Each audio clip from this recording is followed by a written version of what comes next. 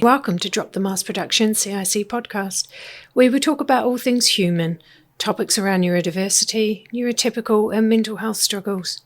We discuss what it's like to be in a society that either aids our struggles or rejects it. At Drop the Mask Productions, we are a community interest company with a low hierarchy, allowing everyone to literally drop their mask, whether it be a mask of neurodiversity, neurotypical or mental health. Working with trusts and other community interest companies, DT&P doesn't work to strict deadlines.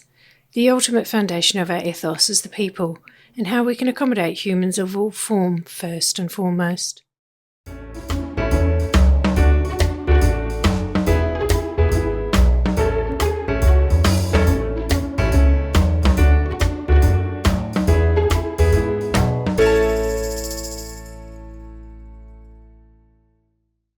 We're sat in front of green screens here today at the studio, and I'm going to check with our guests what kind of background they'd like. If there's anything, I don't know, you've got an idea of what you'd like. Is there any places, destinations you'd like to go to? I'd say I'm very much into sort of fantasy when I read books or want to watch a story or anything like that. Mm-hmm. So anything to do with maybe a castle, like a medieval sort of background would be good. Maybe a field that's somewhat I don't know, magical, fairy things like that. Yeah. I just, because sometimes I am that. I'm off away with the fairies. So, best place to be. Yeah, so there we go. Brilliant. Cool, we'll see what we can do. Okay. Today we've got Aidan on our podcast. Do you want to tell us about what you do here at Drop the Mask Productions? Sure. So I am a recent volunteer for Productions. I spoke to Greg a couple months ago, and actually I had heard about Drop the Mask Productions a few months ago now, probably last year at some point, through one of my family members. Mm-hmm. And they basically had told me that Drop the Mask was somewhere where they hired neurodivergent people and worked with the communities and whatnot. And I was like, okay, myself am autistic, so I decided, that would be great, because I had some previous experience in work environments that weren't as accepting of that, to be honest, which isn't the best, but I moved on and found myself working at Drop the Mask Productions, and it's I've mainly just been doing some video editing. I've helped out with some projects here and there, talked with the guys, and it's going really well so far. So How are you feeling being part of a team that's hierarchy, or what's the word? Different in ways of hierarchy. I can never say the word properly, compared to other environments you worked in.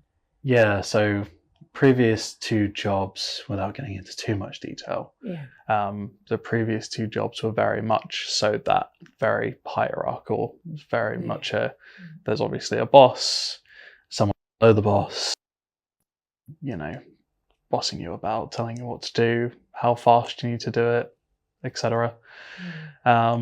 And going from that to this, where I'm not expected to do things within this certain time period that's going to stress me out, because that's my main issue, is stress. It dominates my life in a way, because I just can't handle it. I need to be relaxed and calm to function. If I'm put into a stressful situation, then I just break as a person. I just am very much I'll just retreat into myself, I'll disassociate. So as long as I'm not stressed, I'm good. There's lots of things that I feel like are triggers to me, in a sense, being autistic, but I feel like I have ways to deal with those, but stress has never been something I've been able to deal with. It's just, as soon as it happens, I'm like, nope, shut down, switch off.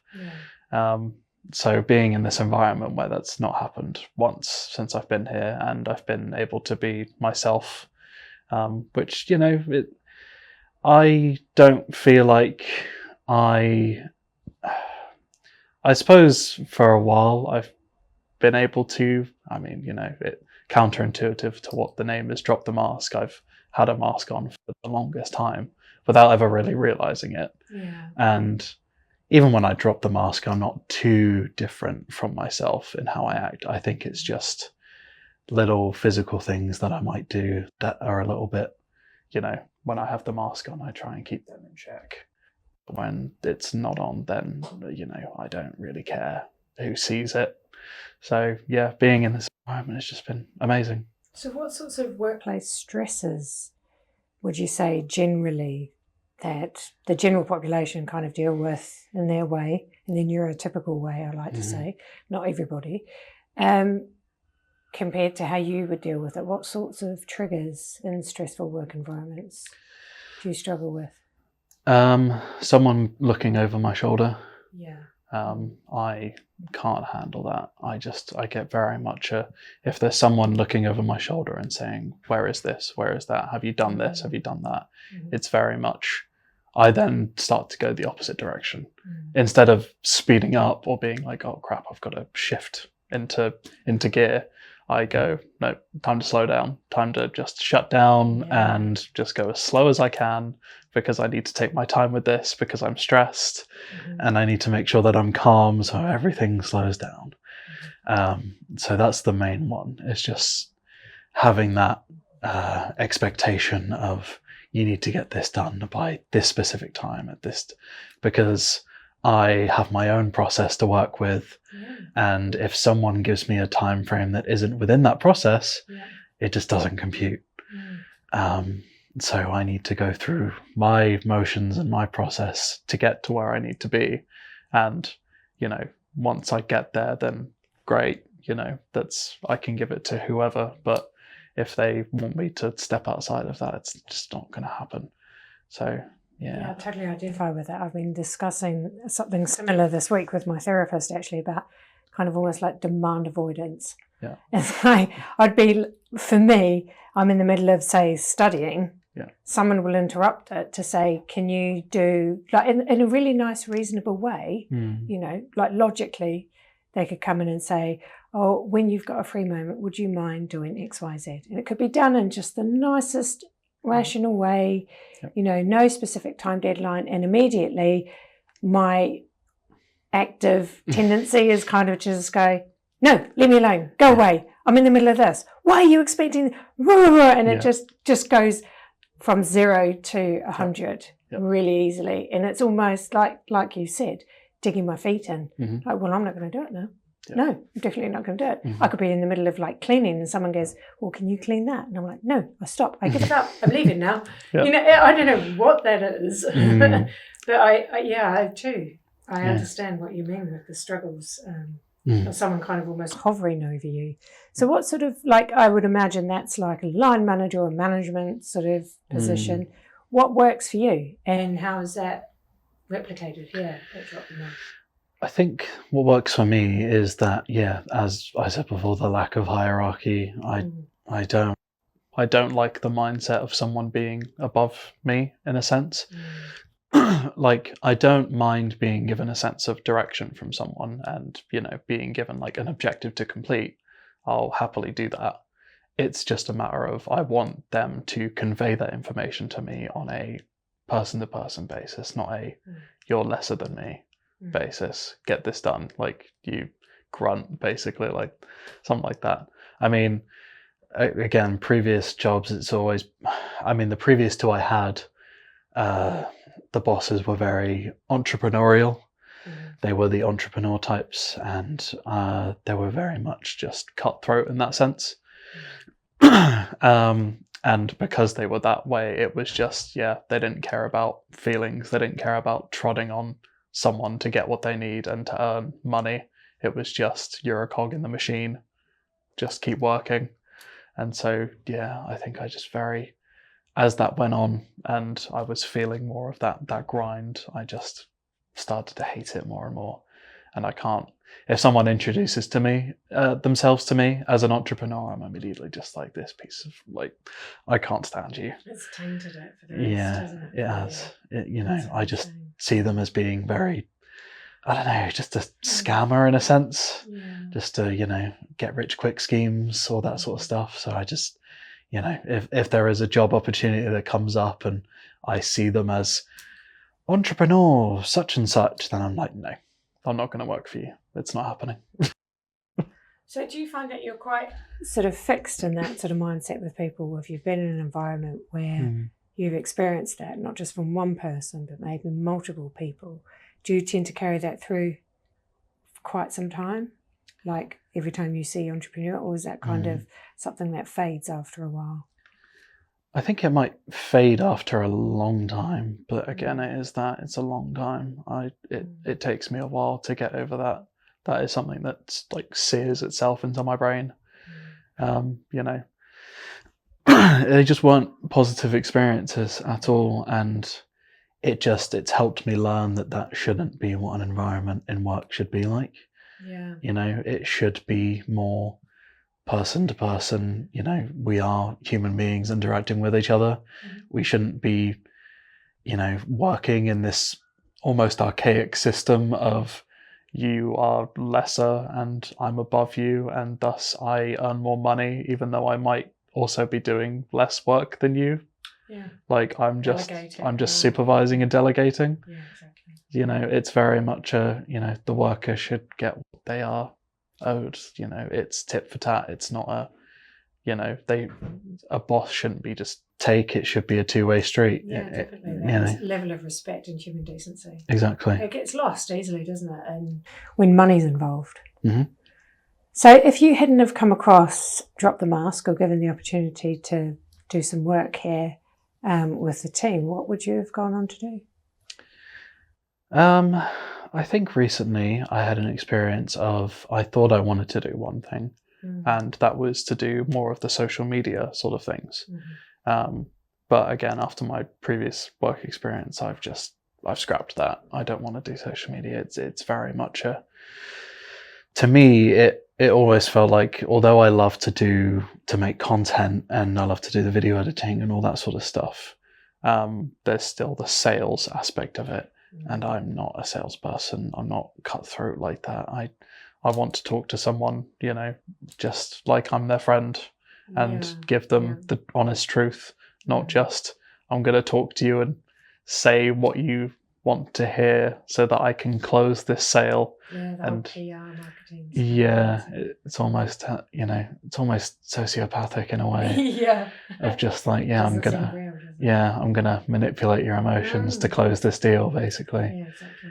So I don't want any of that. So I then decided to go back to what I originally wanted after graduating uni, and that was to do video editing and post-production. The dream would be to go on to work in a post-edit house and to edit films and TV shows and all that sort of stuff. That would be, the mega dream job. But for me, any job that allows me to be creative and myself and allows me to video edit, I just absolutely love it. So, I think a big part of that would just be to do my own thing and to do the freelance stuff. Because then that way I am just working for myself. I'm not having to deal with stresses of making sure other people are okay around me. I can just do what I want, enjoy what I'm doing, and live off of that, I suppose. So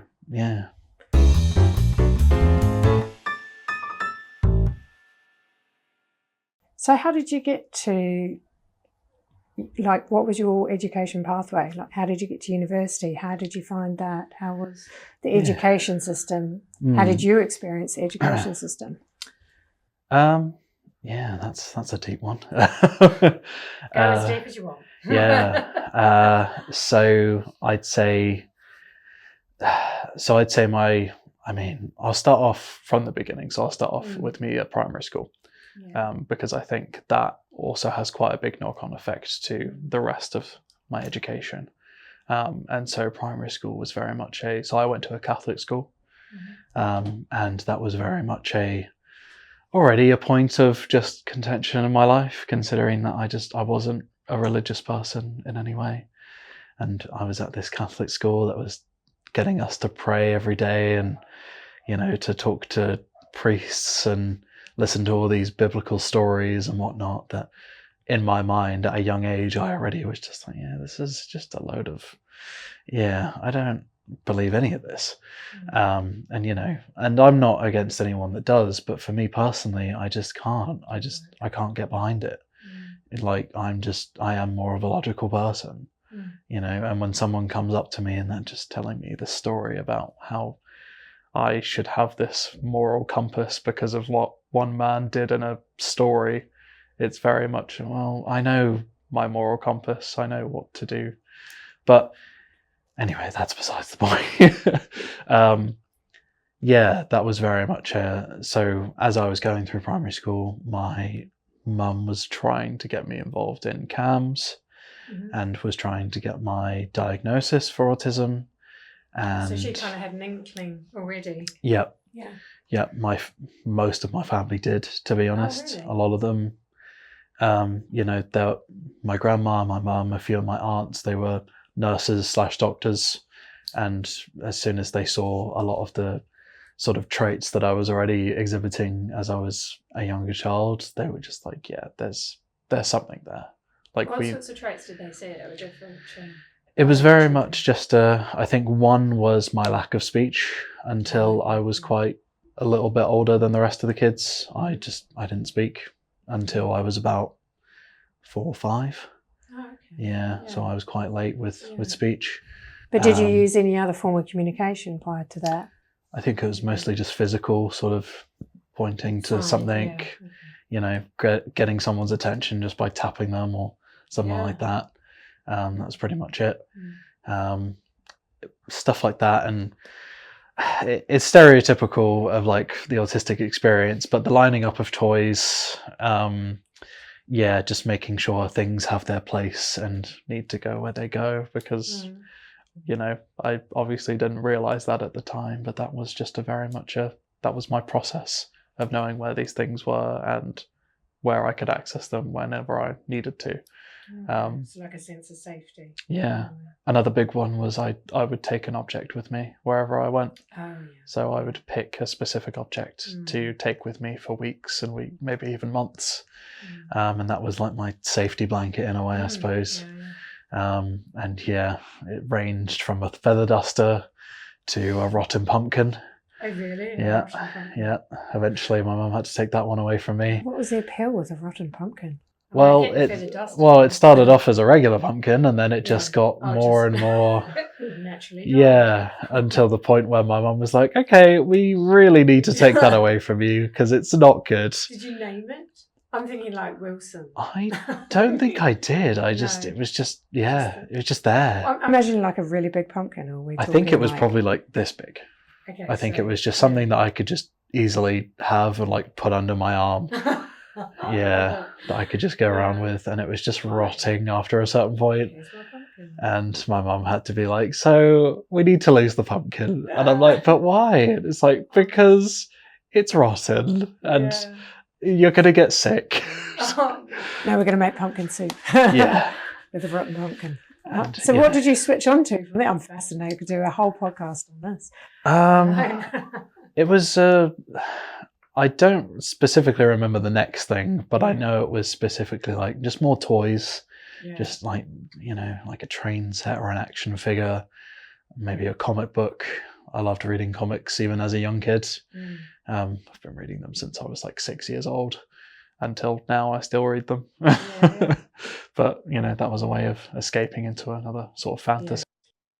But that was just very much it just had to be any sort of object that I could easily carry around with me. It doesn't sound like a big pumpkin would have been easy to carry around as a child. Apparently it was. I mean, I don't remember a lot of the stuff from that time. A lot of it is just a blur. And when I look back, I'm like, I really don't understand why I did that, but I must have had some kind of reason at the time. Hat off to your mum for allowing you to carry a pumpkin around. No, she never stopped me from doing it. She just such good support. It was only until it was just like, this is a hazard that it needs to go. even though I may have not been happy with it, I do understand why it had to go. So that was primary level. How did you get on secondary? Yeah, so after having the multiple CAMS meetings, and that still going into secondary as well, because they would basically tell me and my mum that I didn't score high enough after taking this test and talking to this neurotypical doctor that didn't even know what he was really talking about, to be honest, because I feel like if I'm going to get diagnosed by anyone, it should be someone that actually has that experience and can live with that. Although, you do get people from an outside perspective that, can identify those traits and stuff like that.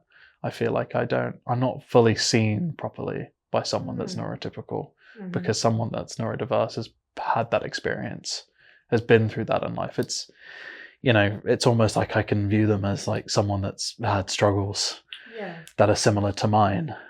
And then I can be like, we're on the same level. We might not be on the same place within the spectrum. We might be completely different, but you're neurodiverse, and that's all that matters to me. So how did you pick up on the fact that the possibility that this was a neurotypical doctor? What happened there that made you feel? I think it was just, I mean, at the time, it wasn't a case of I knew at the time. It was just, it's looking back on it that I sort of knew. And I think it's just from my experience with talking to other neurodiverse people, and having neurodiverse friends. And, there's lots of things that you can pick up on. And I think there's like some indications here and there that you sort of get used to of like, that's someone that's on the spectrum, like somewhere, and it's not always accurate for sure. I might not know this person's inside and out story, but when some doctor is coming along and they're telling me, a bunch of stuff that I felt like just sense with what I was living, it just seemed like they didn't have that perspective themselves. So I feel like. Did you end up getting a diagnosis at some point? I did. So I went throughout secondary school not having it. And so I didn't really get the support that I needed, which was unfortunate. But I got through it. There was instances where teachers would say or expect certain things from me that I wasn't able to give them because of my neurodiverse sort of tendencies and traits and whatnot. And they'd get not very well. It's difficult, isn't it? I see it from two perspectives. I worked in schools for a while, and it is very difficult to allocate resourcing within, staff to allocate, either a specific person or one-to-one for an education plan, or the opportunity to do group work or time away, because you need to consider safeguarding purposes and all of that, which can be done easier when there's a diagnosis, because then you can get funding. So it's a real catch-22 situation. But from your perspective as a child in secondary school, I mean, you've got your home, you've got your hormones, you've got your social environment, you've got your school and your academic pressures, and then all the dynamics to do with teachers. So how did you go through that? Do you feel that you were unscathed? What sorts of things crop up for you that you think may have been different if you had a diagnosis or some more support put in place? It definitely left a big mental scar, I think. I didn't realise it at the time, but looking back, it did leave a hell of a scar. That I look back on and just like, how did I get through that? And I think the only reason I got through it was just because I had put up that mask. I was masking like every day. Even when I went home, I was masking. It was just a constant 24/7.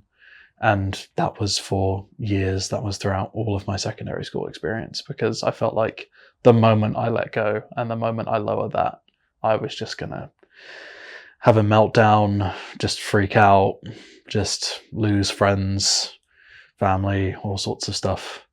It was very much just I became a different character completely. I wasn't myself. I was just, I took drama, and that was almost like a tool for helping me to do that. It was almost like they taught me how to act. And so because I did that, I would say, okay, well, I'll do that to become someone else completely. And so my inner self was just kind of locked away for a long time, until I got to university, basically. But yeah, no, there was definitely lots of instances where I think, I was given a new experience and I perceived it in different ways than people around me would experience it. And there'd be some times where I wasn't ready for certain experiences and other neurotypical people around me were. I felt very much I was a bit lacking in terms of my mental age, I think. I think there was lots of things that people around that time would talk about and want to experience and whatnot that I just had no interest in. But because it was seen as the norm to talk about, especially being a young boy with hormones, and all of your mates are going, oh, this person's hot, just talking about getting with people. Yeah. And I'm just there like, I just didn't care about any of it. I had no sort of thing of like, oh yeah, no, that person is attractive. It was just, I just want to play with this over here in the corner. I just want to do my own thing. Like, I don't understand what you're talking about, but I had to put up that facade of like, yeah, great. And yeah, it definitely, I think, impacted my sort of, I guess, development in that way, because I sort of saw myself from the outside in, sort of like as a third person.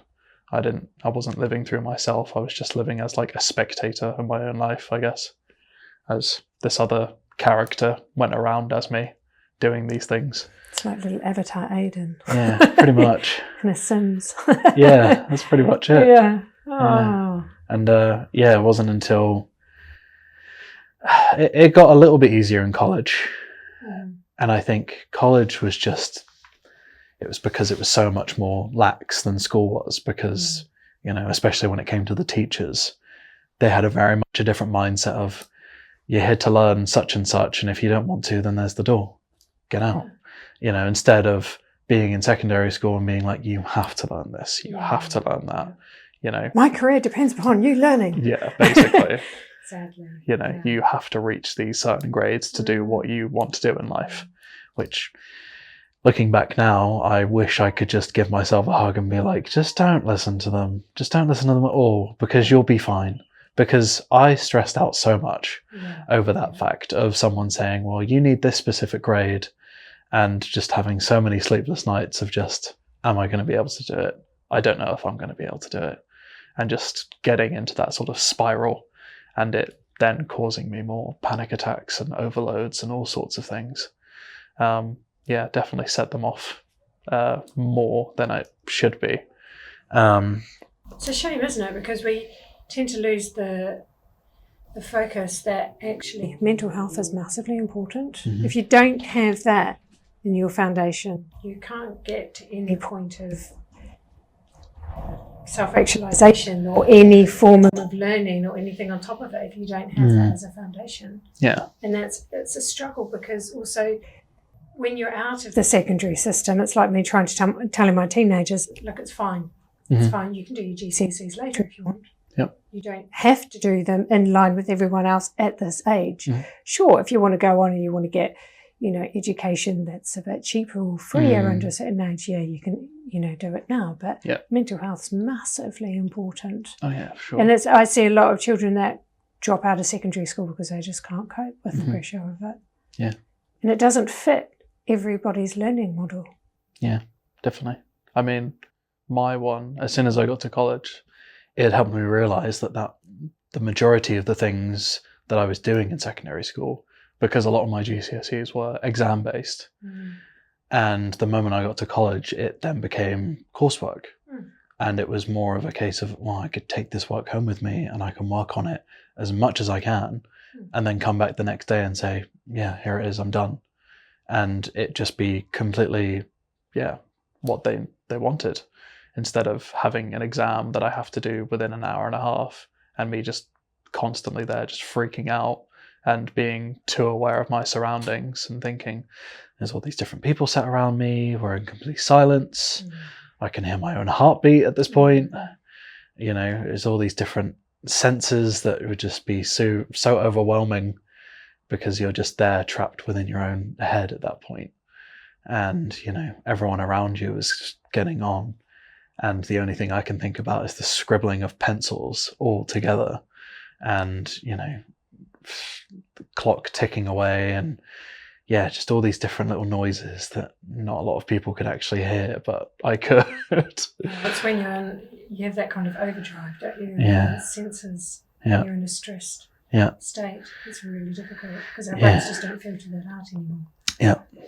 But it wasn't until college that just wasn't a thing. I may have had one exam, and that was for my film studies course. But the majority of it was just coursework, and I loved doing that because I could spend as much time as I want on it. I mean, there was deadlines for sure, but it wasn't just you need to do this within an hour and a half, and whatever you don't do, you will be penalised. It was just I can go home, I can take my time, I can get into like my process, my rhythm, and then by the end of it, I got one of the best marks in the class. It was just one of those. It finally clicked in my head. I was like, oh, this is how I. That's how I learn. That's how I function. Like. And how did that go with you? Went into university thereafter, didn't you? Yeah. So again, I still hadn't got my diagnosis, but it was a lot easier just because of they were finally treating me like an adult. And I think that was just less pressure. So did you go back on to CAMS? Because the first lot of CAMS you went through and they said, no, you didn't quite meet the criteria. We didn't go back to it after secondary school. And then college was just me trying to figure lots of different things out, to be honest. And it wasn't until I got to university finally that literally within the first open day that I got there and I spoke to someone, and my mum was so good for this because she was like, we're going to speak to someone and we're going to get this sorted out right now. Like, we're going to speak to like whatever team that they have here. Like, we're going to sort it out because I want you to have as much support as possible. She is amazing. She's definitely looked out for me for, all the times where it's been difficult and hard. She's always just been there to weather through the storm with me, as much as she is also neurotypical and doesn't quite understand certain things. She's always been there to hold my hand throughout it all. So I owe her a lot. And it's been difficult for her. And, I have definitely seen that in certain situations where I've, probably shouldn't have, but, certain situations where she may have been a little bit too vulnerable and she's cried about it and things like that. And it's definitely been difficult, but she's stuck through it, and I'm very grateful that she has, because it's allowed me to be who I am today. And so she spoke to someone when we got to the university, and they were immediately like, we will have a psychologist come in and speak to you and see if we can get you the diagnosis. And I was like, were you already accepted onto the course at this point? Yeah. Oh, okay, cool. Yeah. So that was all on the go and ready, and as soon as I got there, actually no, they had me come in quite early, so my start date was in October, but they had me come in July maybe to speak to this psychologist, and it was about an hour meeting.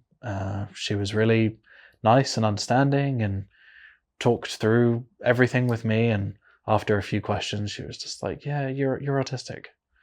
Like, okay, just after a few questions. Yeah, just after a few questions. She was like, I don't really understand how it was so difficult for them to diagnose you. I can immediately see it. And I was kind of just sat there like, I don't know either. Did you go through like questionnaires and...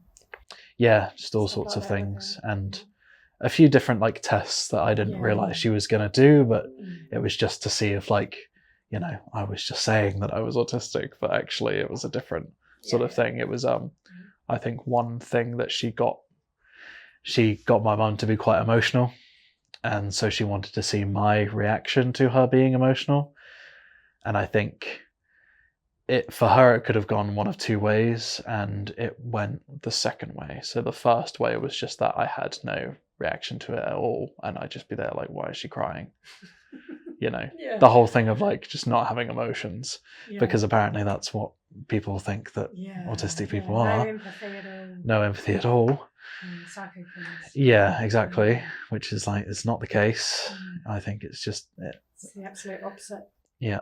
And for me, it was the absolute opposite. It was, for me, when I have friends and I'm very connected with someone and I see them having a very bad day or they're angry or sad or whatever, that influences my emotions heavily, because then I take on that emotion pretty much. And so that's my day. I will have started off the morning feeling happy, and if I see a friend around me that's sad, then that's it for the rest of my day. I'm just sad because they are. Like, I fully just take on that emotion. And Is that what you did at the time when your mum was expressing an emotion? Yeah, I remember sort of comforting her. I put my hand on her back and like took her hand, and I was tearing up quite a lot. Yeah, she was telling one of the infamous like stories of when I was young and dealing with a lot of adversity, I suppose. And it makes her quite emotional, so it made me very emotional. And the psychologist sort of picked up on that and basically said, that's definitely a big trait you got there. Along with all these different other things that I had explained to her about. And so she didn't diagnose me like right then and there. She that was pretty much it, but she didn't give me that. It was I think it was a couple of weeks afterwards where I got an email, and it was a full-length report, basically saying that I've got an autistic disorder and that I've got an anxiety disorder. Pretty much. And then that was pretty much it. And then from that point on, I've had my diagnosis.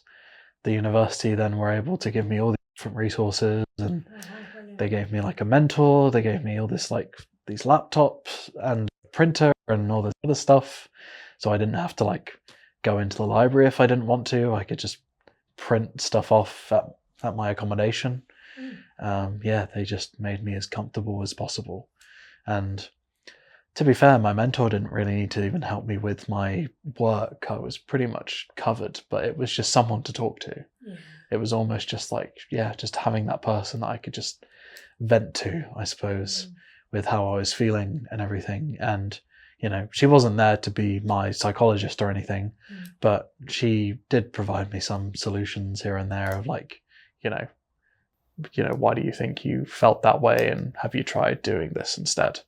And it helped out tremendously throughout the 3 years that I was there. It helps having someone on your side, doesn't it? Yeah. Especially when you're trying to be independent in the world and you don't always want to go back to your mum or someone in the family unit. You want to have that independence away from the family unit, but you still need support. Yeah. How did you find like social support, like with friendships and groups of people throughout, like school, university? I think I'd never really struggled with making friends, to be honest. That was something that I was actually particularly good at.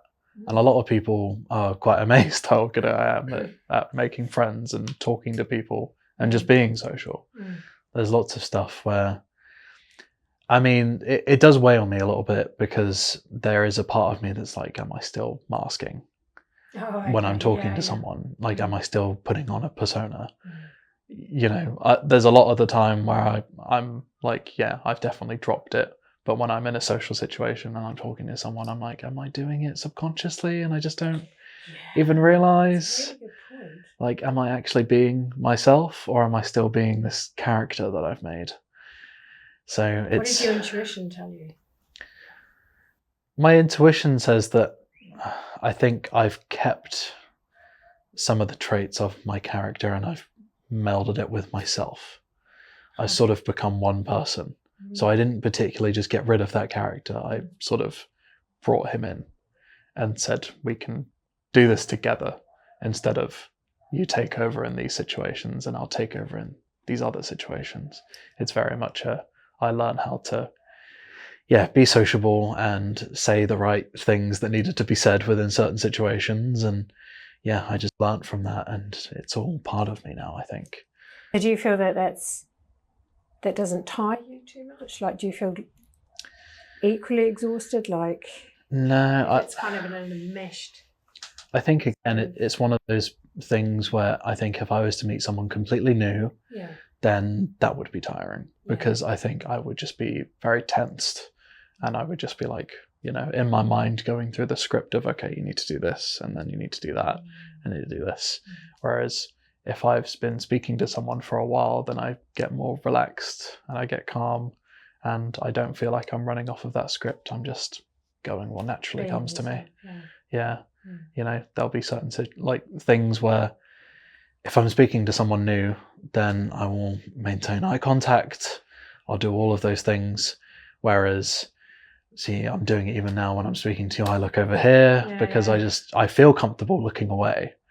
And that's the thing. It's not a case of like, when I'm looking at you, I feel that sense of like, oh God, I'm staring. It's too much. It's just, I feel more comfortable, and I'm able to process my thoughts a lot more if I'm just able to like look into an empty space and definitely sort of picture my thoughts. Yeah, totally agree with you on that one. Yeah. Eye contact's an interesting one, isn't it? Yeah. I can't maintain it for a long period of time and have a conversation. Like to talk to someone, I have to be looking elsewhere. If I'm giving a presentation, I'm probably looking at the ceiling. Yep. I'm looking above people's heads, so it looks like I'm giving eye contact. I'm focusing on someone's mouth. Yep. So I know what everyone's mouth and teeth look like. I remember people by their teeth. Yep. It's funny, and I've got quite recognisable teeth. It's funny, isn't it? The little tricks that you automatically come up with. Oh yeah. I remember being told as a child once to look at in between the eyes. Yeah. Because it looks like you're giving eye contact, but that's still too close for me. Yeah. No, it's the same. I still struggle with that. I'd have to look at the mouth because it. Yeah. I don't know. People can tell if you're looking at their mouth rather than their eyes. Apparently, people can tell if you're looking at their mouth, but I don't believe that, because I've done it before to certain people, and then they've never called me out on it. So unless maybe they're just thinking like, why is he looking at my mouth, and have never told me, I feel like, especially if you're like at a distance as we are now, I don't feel like you can properly discern where someone's looking. I think if you were closer together, I think you could probably see like their eyes move that little bit. Like when someone's kind of going, looking you up and down, or going, looking rather strangely. Yeah, exactly.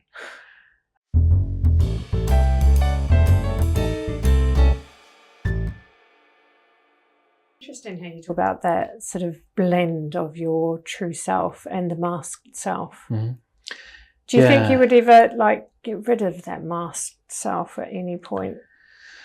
It's just, it's one of those things. Or is it just in sort of social work situations, or with people that you're not necessarily really, really close to, like with family or really good friends? It is one of those things where like I see it as a useful tool in terms of interacting with someone that doesn't know who I am. I can then rely on this character to sort of like step forth and be like, okay, I can protect you in this situation. I can get you through this, so that when we're through to the other side, you take over again. And then go from there. So it's almost like a guide. Someone leading me through the storm of social conventions and whatnot, to then get to the other side and be like, okay, it's all you now. Go forth. Yeah, pretty much. But I truly do like envision it as that sort of, there's two people sort of in my brain, and they've sort of for a while been at odds with each other and have not wanted to see each other. It's just, there's like a chair in the middle of a room, and someone has to sit on that chair and take over at all times. Whereas now they've sort of gotten rid of the chair, and they're both sort of stood side by side, and they're just there like, we can do this together. Alternate. Yeah. It's a very, very good tool. I might have to think about that one. Try it.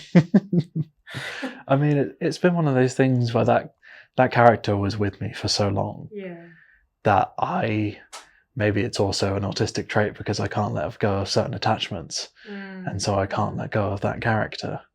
And I think it's just one of those things where like, I viewed it for so long as just this outside force, and I think it's taken some time to say, well, you made that character. It's in your mind. It's part of you. No matter how much you think it's not, it is a part of you. And so it might not be best to just throw them away completely. if you blend it together, then maybe you become a whole person. So I how guess. does it, I know we were talking before, and you mentioned something called imposter syndrome. How does that correlate with Yep. masking and being your authentic self? So the imposter syndrome, I think, just comes out of just being a perfectionist. I want everything to just be perfect. Do you think that's an autistic trait? Probably. That most autistic people would Yeah, identify with? I'd say so. I'd say it can be. I don't think it necessarily has to be. But I think it's an easy trait to acquire, I think, as an autistic person. Because you do certain things a certain way, you're already setting yourself up to have that like guideline in your head.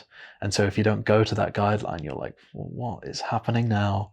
Like, let's try and get back on track. So that then I think breeds that sort of perfectionism.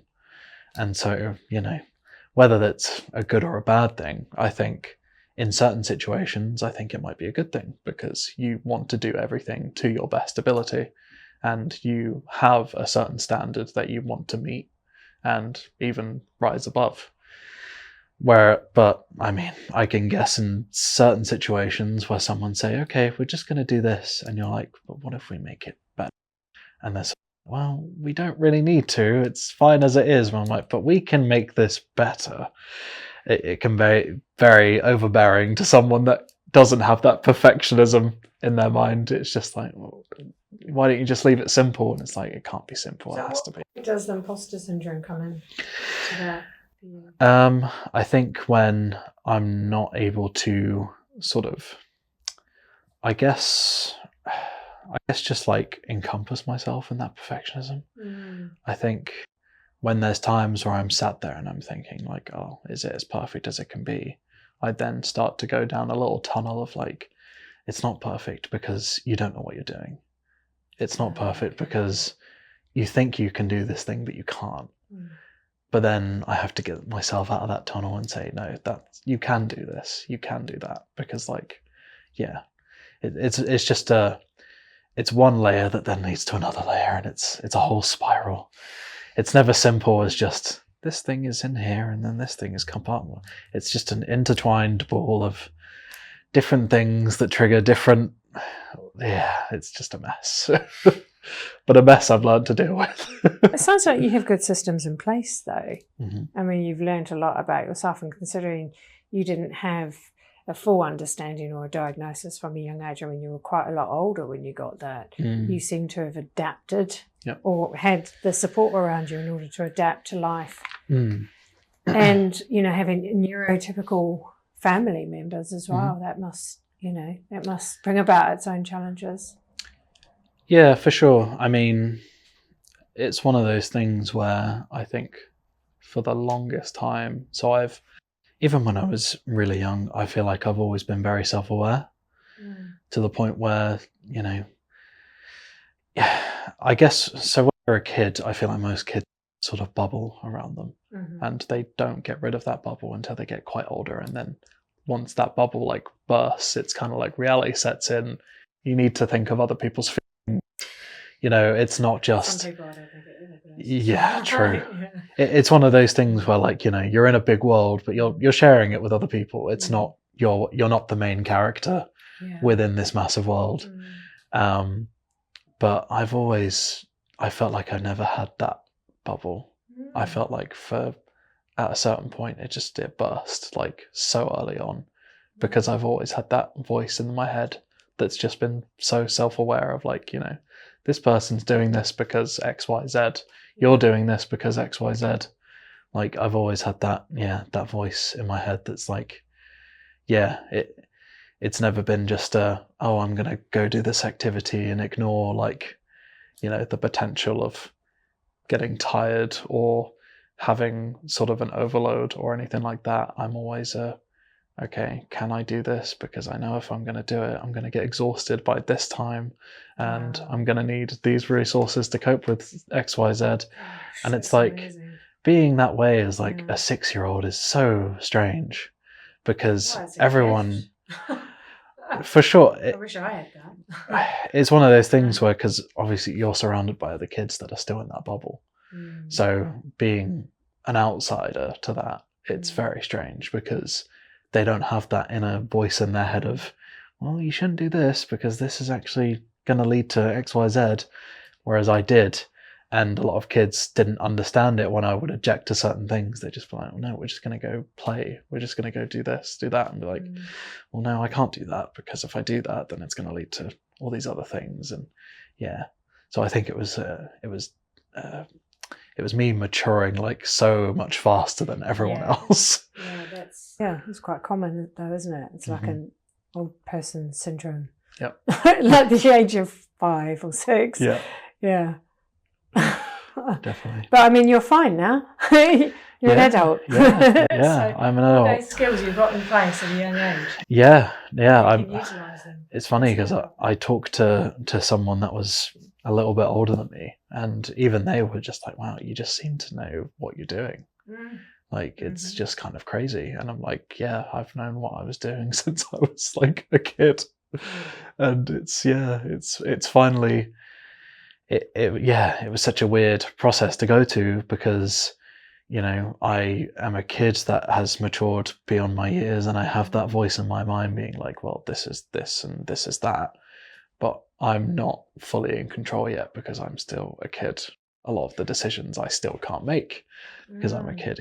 If I know that decision would be good for me, it's not up to me because, you know, it's still up to my guardians, my parents, whatever. And then it wasn't until I then got to that sort of adulthood stage where I felt like I was finally free to do what I wanted when I wanted and to be able to express myself and all this sorts of stuff and just not feel any shame for doing so.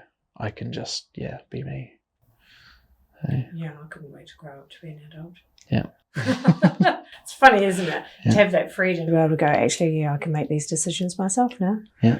Yep, I don't need to run it by anyone. Yeah, exactly. You can just do it, and then, you know, if that leads to further consequences, fine. But at least I made the decision to do something. It's on me. So, you know, it's not for someone else to decide my fate in that sense. So, yeah. Yeah, it sounds like freelance would be quite good for you. For sure. For sure. Yeah. Yeah.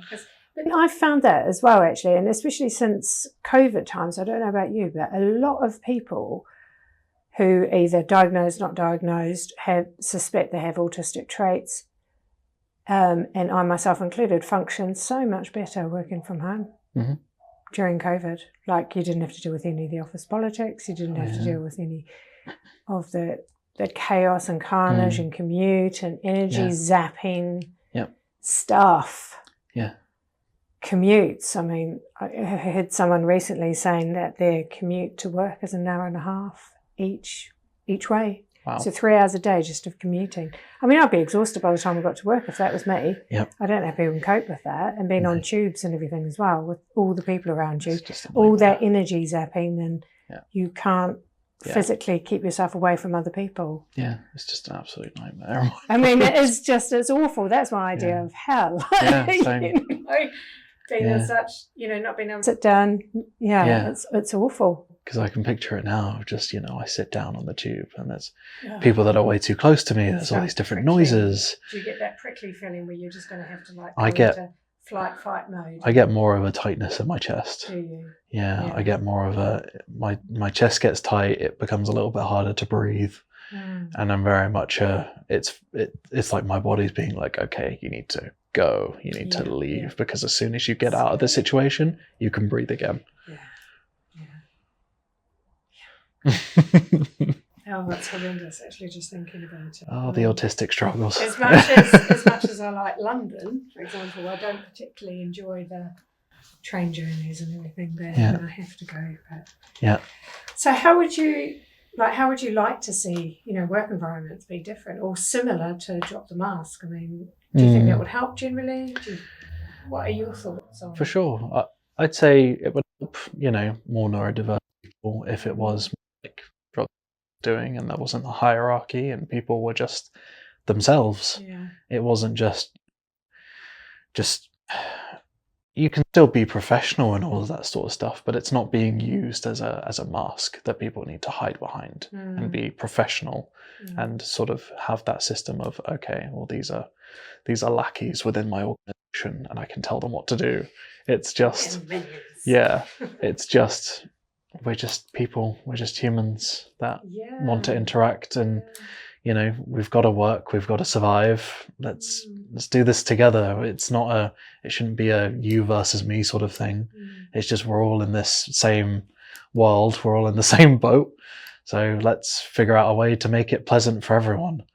That's interesting, because you come from a creative background. That's what you studied. That's where you've worked before coming here. Yep. My automatic presumption would be, well, the creative environment must be more human, must be more of that interaction. Let's be creative. And how wrong am I listening to you? You know? Oh, yeah.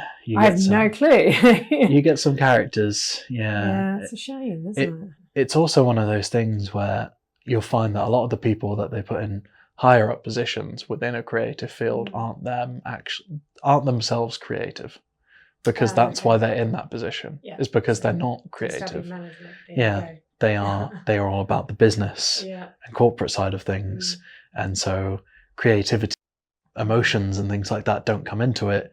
It's just numbers and black and white, and if you're not doing what the company wants you to do, well, then you're out. And that's it. Dog eat dog world. Yeah, I mean, that's exactly the experience I had in my previous job. Was just, I had someone working above me that had no creative bone in their body. So I just don't understand the logic of that. Yeah, and then they would go on to say, well, can you change that and improve this? And I'm like, well, you don't even know what you're talking about. Like, this is actually very good right now. And they would tell me to change all these things, and after all the changes took place, it would be awful. It was so bad. And there'd be multiple times where I said, yeah, it's not as good. And they're like, no, that's exactly what the company needs. And funnily enough, it didn't do well. It would post on social media and not get any traction at all. And then I'd post something similar onto my own personal account and it would do very well. Yeah. So it's very much not really being heard again. Yeah. Not being listened to or appreciated. Yeah, exactly. Your qualities and what you're capable of. Exactly. Yeah.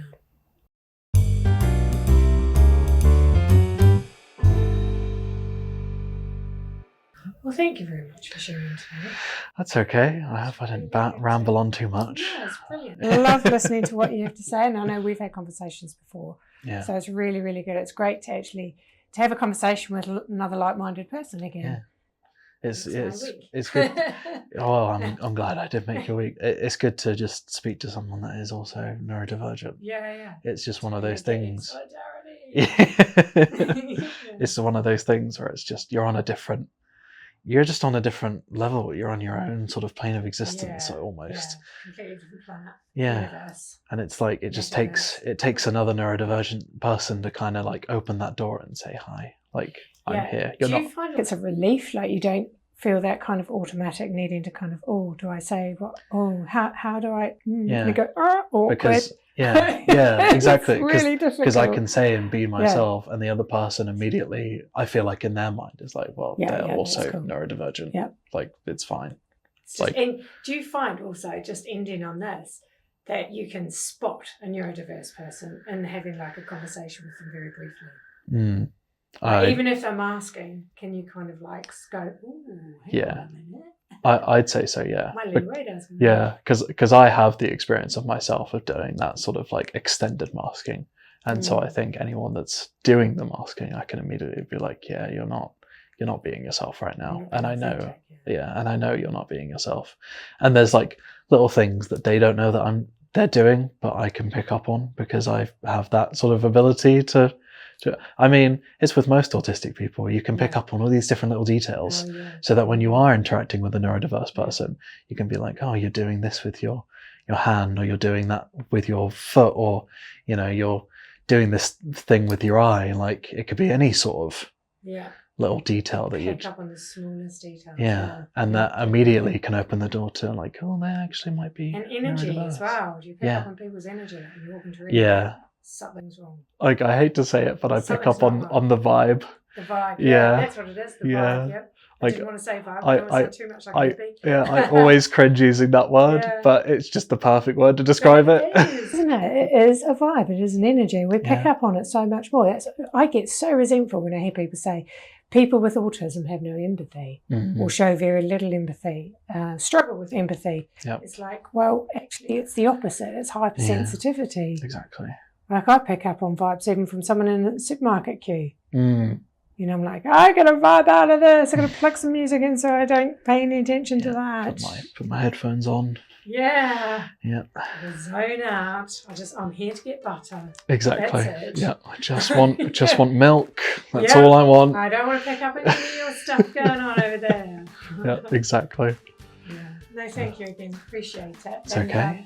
Hope you stick around, just drop your mask and keep doing cool creative stuff. Yeah, thank you very much. I'm definitely planning to. Cool. Thanks, Aidan. It's all right. Thanks for listening to this episode of the podcast. Please follow, share and tune in for the next episode. You can follow Drop the Mask on socials. Instagram, drop_the_mask_productions. Facebook, drop_the_mask_productions CIC. And of course our website, www.dropthemask.co.uk.